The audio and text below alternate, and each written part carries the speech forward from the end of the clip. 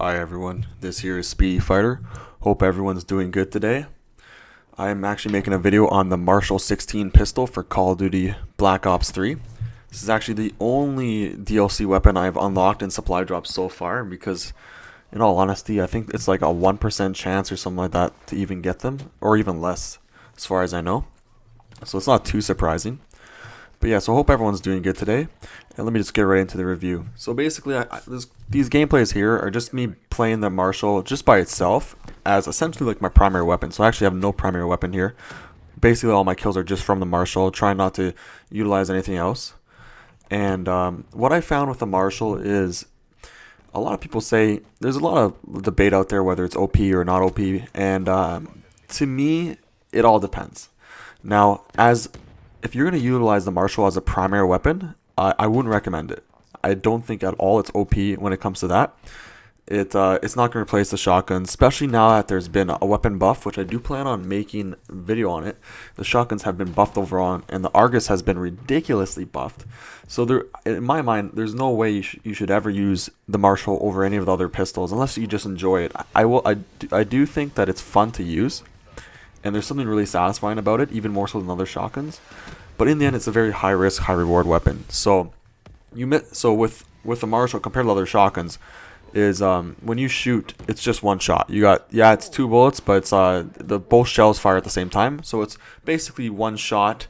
Then you have to reload, and the reload isn't exactly the fastest either. So if you miss that shot, you're done. Also, the range is about 9 meters in front of you. So so you have to pick and choose your battles. Smartly. You have to pick and choose your battles with intelligence, essentially, right? So you can't just run and gun and hope you do well. And you notice in this gameplay, actually, I show a lot of my fails as well. So it's not just me owning with Marshal. And in all honesty, I probably was getting maybe at most 2.0 KDs with this gun. I definitely wasn't doing too good when I was using it as my primary. But now we get into the topic of it as a secondary. Now, is it the best secondary weapon when you do have a primary as well? And again, it all depends, but I personally do think this is the overall best secondary weapon because it really helps out in a lot of situations. Only thing I would say is if you're using a shotgun as your primary, there's no reason you should have the Marshal as your secondary. It just doesn't make any sense. Two shotguns never makes any sense. But if you're using a sniper, an assault rifle, an LMG, even an SMG as well, I would highly recommend the Marshal as your secondary of choice over the other pistols or even the crossbow.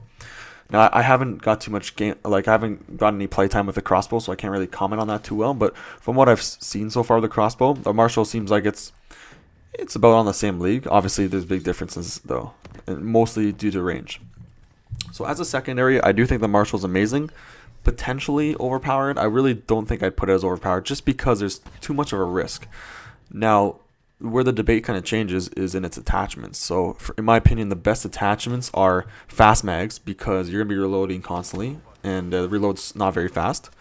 Also, you don't need quick draw because actually aiming down sights with this gun, I do it sometimes, but it's not really the best way to go. Hip firing is all you need. So, don't worry about quick draw. I would just say, honestly, fast mags, probably the way to go. Long barrel, just to extend the range on it, if you really think so. I wouldn't recommend it too much, but you can if you like to. So if you're using it as a primary, long barrel might be a good idea.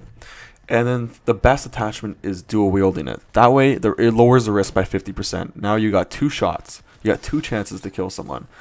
And that helps out the gun a lot more. And in my opinion, I think it's overpowered when it's dual wielded. That's the only time I think it's overpowered. As a primary, 100% underpowered. As a secondary, it's amazing, but not even close to overpowered. When you're dual wielding it though, and using that attachment, it becomes a bit overpowered in my opinion. I don't like to throw out the word too often, overpowered, but I would say it's a bit overpowered. If they were going to nerf it, because I've been hearing about people talking about nerfing the Marshal, especially due to the fact that it is a DLC weapon, I would just suggest take away the dual wield feature. I wouldn't suggest lowering the range. I wouldn't suggest making the reloads longer or anything like that, or aiming down sights slower. I would just say, you know what? As much as it sucks maybe for some people, just get rid of the dual wield feature, the dual wield attachment. And this gun, there's no way you can say this gun's overpowered. The risk is just too high when that factor's gone. So yeah. Now, I do love this gun. I'm not a bit when it comes to my secondaries. I usually use launchers, but this I did have a lot of fun using this gun, and I definitely will be putting it into my classes a little more often. So I do highly recommend utilizing this gun and playing around with it. It's just satisfying. Something about it is really satisfying. I think it's like that shotgun factor. Shotguns I find very satisfying as well.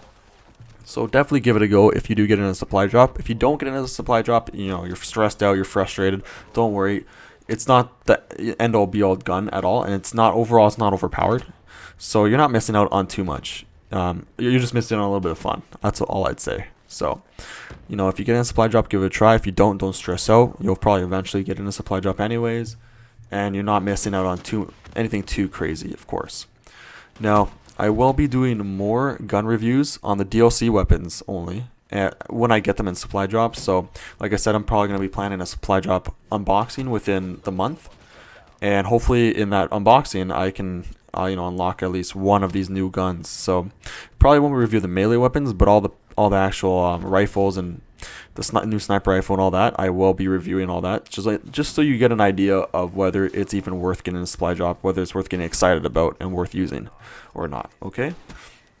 So yeah, so the gameplay's coming to a close. I actually have a funny little clip at the end where it's just basically I don't know, it was kind of a trolley clip.